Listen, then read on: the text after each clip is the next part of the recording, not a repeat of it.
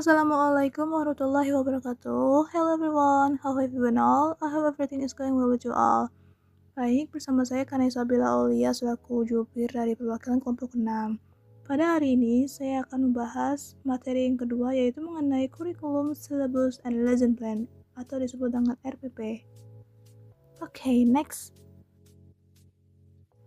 Berikutnya ada gambaran menu, tabel, materi PPT ini, yaitu yang pertama ada kurikulum di halaman ketiga, yang kedua ada syllabus di halaman 8, dan yang ketiga ada lesson plan atau RPP di halaman 11. Sebelum kita memasuki kedua materi tersebut, mari kita bahas mengenai materi kurikulum, yaitu dimulai dari pengertian, tujuan, manfaat, dan pedoman. Mari kita bahas.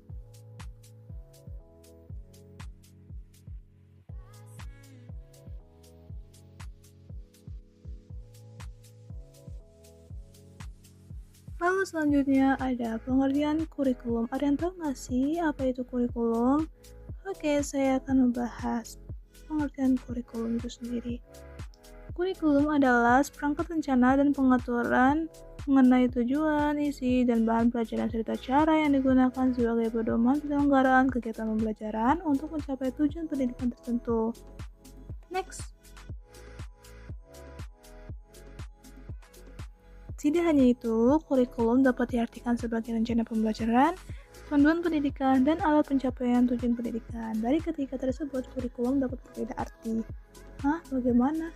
Kok bisa sih kurikulum itu bisa berbeda arti? Baik, saya akan menjelaskan.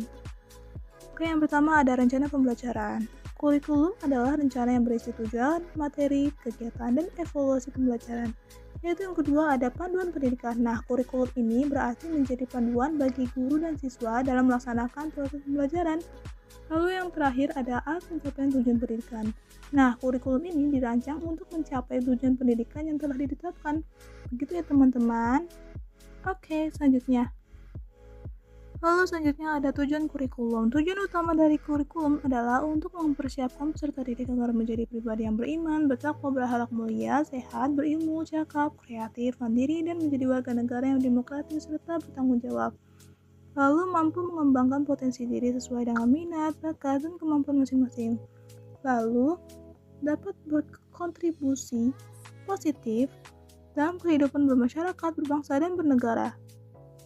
Tidak hanya itu, tujuan kurikulum mencakup berbagai aspek, yaitu mencapai tujuan pendidikan nasional, mencapai tujuan institusional dari lembaga pendidikan, dan mencapai tujuan kurikuler dari suatu mata pelajaran atau program studi.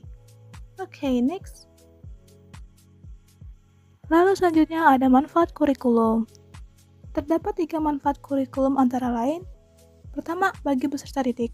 Nah, kurikulum ini dapat mempermudah peserta didik dalam memahami materi pelajaran. Yang kedua, membantu peserta didik dalam mengembangkan potensi diri. Dan yang terakhir, kurikulum mempersiapkan peserta didik untuk melanjutkan pendidikan ke jenjang yang lebih tinggi. Lalu yang kedua ada bagi pendidik. Kurikulum menjadi pedoman dalam melaksanakan kegiatan pembelajaran. Kurikulum dapat membantu pendidik dalam mengevaluasi hasil belajar peserta didik, dan kurikulum dapat mempermudah pendidik dalam membuat jadwal pembelajaran. Lalu yang terakhir bagi lembaga pendidikan. Kurikulum menjadi pedoman dalam mencapai tujuan pendidikan. Kurikulum dapat meningkatkan kualitas pendidikan. Dan yang terakhir, kurikulum dapat membantu lembaga pendidikan dalam mengembangkan program-program pendidikan. Lalu selanjutnya ada pedoman kurikulum. Baik, yang pertama ada dasar filosofis. Landasan filosofis yang mendasari pengembangan kurikulum. Yang kedua ada tujuan pendidikan, tujuan yang ingin dicapai melalui kurikulum. Lalu yang ketiga ada struktur dan muatan kurikulum, organisasi materi pelajaran dan alokasi waktu. Yang keempat ada strategi pembelajaran, metode dan pendekatan yang digunakan dalam pembelajaran. Yang kelima ada evaluasi pembelajaran, cara mengukur dan menilai hasil belajar peserta didik. Yang keenam ada pedoman pengembangan kurikulum, kerangka kerja dan prinsip-prinsip yang memberikan arahan dalam proses pengembangan kurikulum. Dan yang terakhir ada kurikulum yang baik adalah kurikulum yang dinamis dan adaptif serta selalu disesuaikan dengan pengembangan zaman dan kebutuhan peserta didik. Oke, next.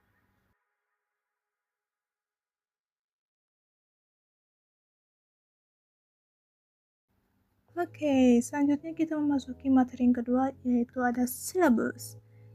Di sini saya akan menjelaskan pengertian dan tujuan dari silabus itu sendiri apa.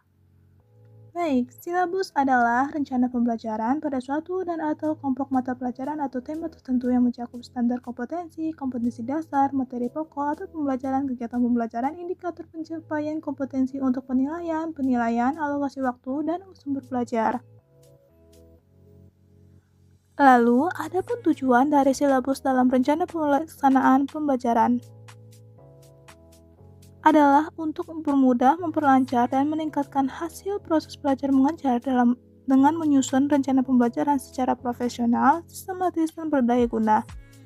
Dengan begitu, maka guru akan mampu melihat, mengamati, menganalisis, dan memprediksi program pembelajaran sebagai kerangka kerja yang logis dan terencana. Oke, next.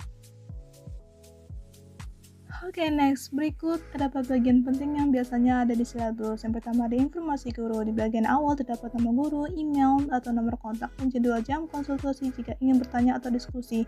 Lalu yang kedua ada buku dan alat yang dibutuhkan. Bagian ini menyebutkan buku apa saja yang harus dibaca, link materi online, dan alat yang harus disiapkan, misalnya kalkulator, aplikasi khusus, dan software tertentu.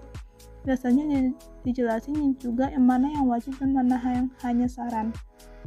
Yang ketiga ada aturan dan kebijakan. Di sini dijelaskan cara penilaian, misalnya tugas 30%, UTS 30%, dan UAS 40%. Aturan kehadiran dan etika selama sekolah. Termasuk juga aturan umum dari sekolah seperti kejujuran akademik dan layanan untuk siswa berkebutuhan khusus. Lalu ada jadwal kelas dan tugas. Bagian ini berisi jadwal tugas, kapan ada kuis atau ujian, dan apa saja yang harus dikerjakan selama tahun ajar.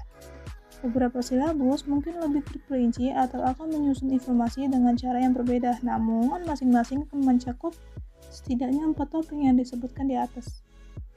Oke, next. Baik, kita memasuki materi yang ketiga, yaitu Lesson Plan atau RPP. Lesson Plan atau RPP, Rencana Pelaksanaan Pembelajaran, adalah sebuah dokumen penting yang berisi gambaran bagaimana suatu pembelajaran akan dilakukan selama 1 kali pertemuan 1 semester atau lebih. Nah, RPP ini biasanya disiapkan oleh guru sebelum memulai kegiatan pembelajaran di sekolah. Lalu, lesson plan bertujuan untuk mempermudah, memperlancar, dan meningkatkan hasil proses belajar mengajar. Dengan menyusun RPP secara profesional, sistematis, dan berdaya guna, maka guru akan mampu melihat, mengamati, menganalisis, dan memprediksi program pembelajaran sebagai kerangka kerja yang logis dan terencana. Selain itu, lesson plan berfungsi sebagai acuan bagi guru untuk melaksanakan kegiatan belajar mengajar, kegiatan pembelajaran agar lebih terarah dan berjalan secara efektif dan efisien.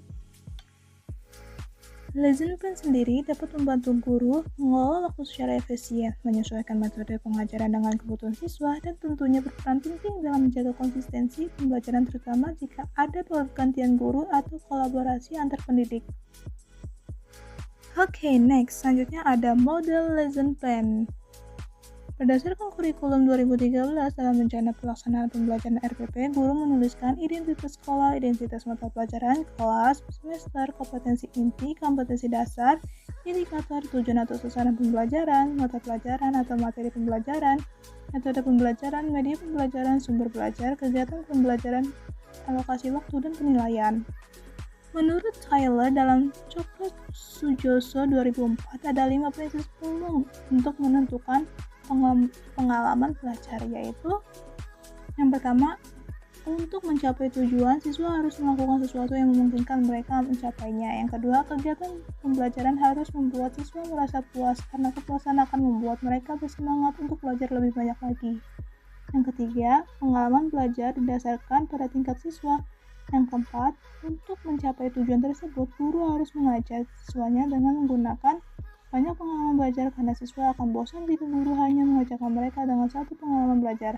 Lalu yang terakhir, ada pengalaman belajar yang sama dapat digunakan untuk mencapai tujuan yang berbeda. Sekian presentasi materi ini. Semoga materi ini dapat membantu Anda dalam proses belajar. Terima kasih telah menyimak presentasi ini. Sampai jumpa di presentasi berikutnya. Wassalamualaikum warahmatullahi wabarakatuh.